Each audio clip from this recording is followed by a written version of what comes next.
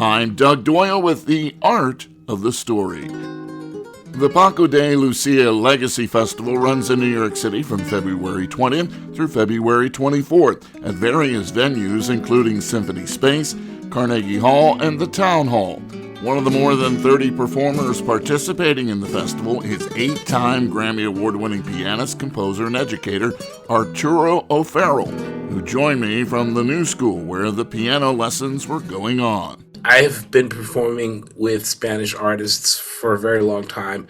I've been to Spain many, many times. I did a wonderful concert at Town Hall with a Bichuela family that included some of the greatest names in flamenco. Flamenco is a source of nutrition for jazz, certainly for Afro-Cuban jazz, and certainly for all Afro-Latin jazz.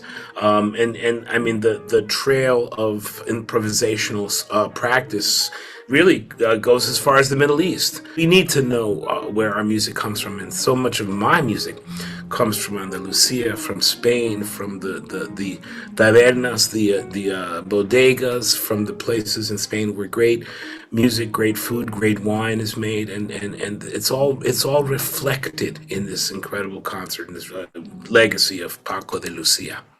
Obviously, growing up with your legendary father, do you remember the first time you heard Paco?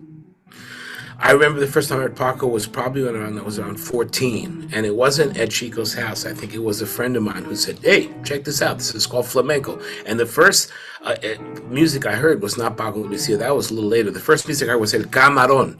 El Camarón de la Isla was another famous, much older flamenco guitarist.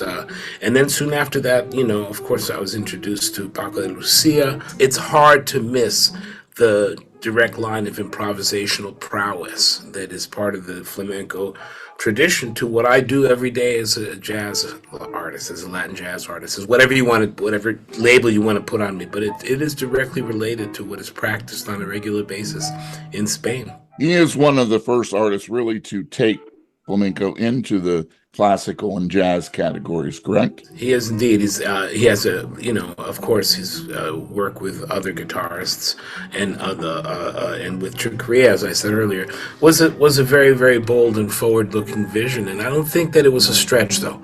At the end of the day, I think when you listen to Paco de Lucia and you listen to other artists, Chimo Tebar of Spain, Alex Conde of Spain, they very much practiced the tradition that was begun by Paco de Lucia of straying into all the waters that one can, which is something, as you know, I deeply believe in. For more information about the concerts, you can go to PacoDeLuciaLegacy.com.